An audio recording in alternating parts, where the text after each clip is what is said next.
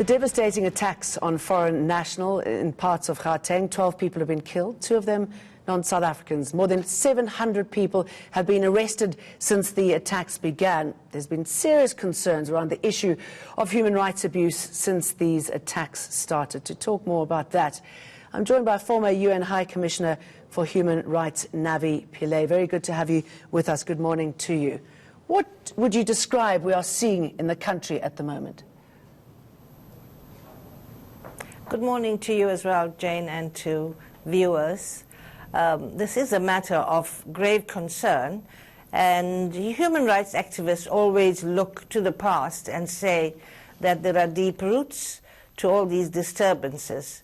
So let me say the United Nations in the 1940s passed the Convention on the Rights of Migrant Workers and Their Families, and except for about 40-odd states, very few states have signed that, and South Africa included. So we have to start by saying you have to have a policy in place, because you have 2 priorities here. One, to look after your own population, their jobs, their safety and their homes.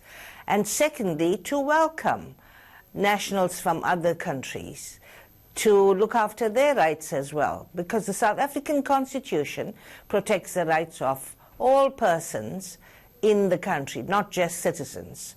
So I want to lay this basis that we have to go back to these roots to address the current wave of violence.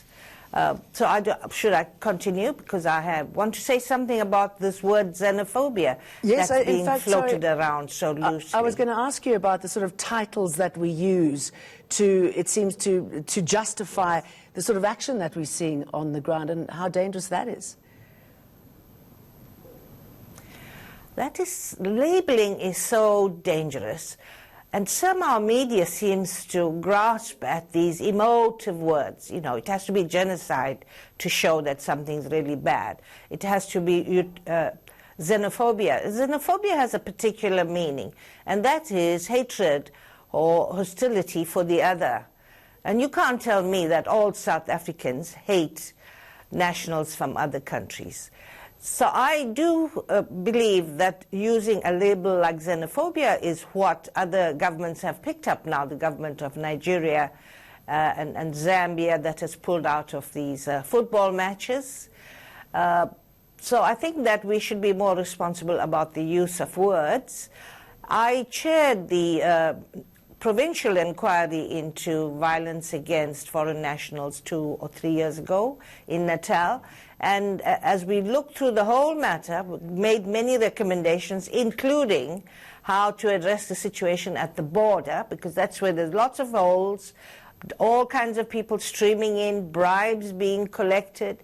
You know, we reported that there were people on the South African side sitting on chairs at these informal holes in the border, just merrily receiving bribes, letting people in. So I hear now the government calling for border controls. Well, we reported that years ago. So did the Human Rights Commission. But that seems to be a problem in this country. In the Natal violence, it was... Excuse me jumping in here. I mean, that seems to be a problem in this country, isn't it, that we don't sign the things that will hold us accountable. We are told over and over and over again what needs to be done. It's only until we see these sort of pictures that there's a realization that we must get onto it now. You know, you worked in Rwanda as well after the atrocities committed there. Something that played into the atrocities is a lot of the words used by politicians and by the media. How dangerous are we? What sort of situation are we in when it comes to that? Well, I'm glad you mentioned the Rwanda genocide trials, because that should be a real warning sign for us. There we tried the Prime Minister and the ministers in government, and they've been sentenced to life imprisonment. But it was also the owners of the media and the radio station RTLM that were convicted, because witnesses said to us that the words of the politicians were spread by this radio like little drops of petrol until the whole country caught on fire. Now, that may be an extreme example where 800,000 people were killed. We don't want a single person killed in South Africa. And we have to now, our problem, local problem, is criminality.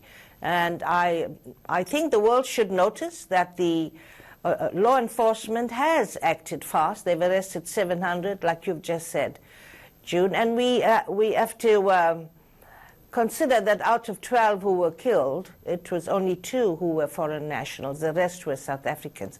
And this is why we should be concerned about having a human rights culture here, because it's we South Africans who are both perpetrators and victims of the violence. And let's leave it there. Navi Pillay, former UN High Commissioner for Human Rights. Thank you very much.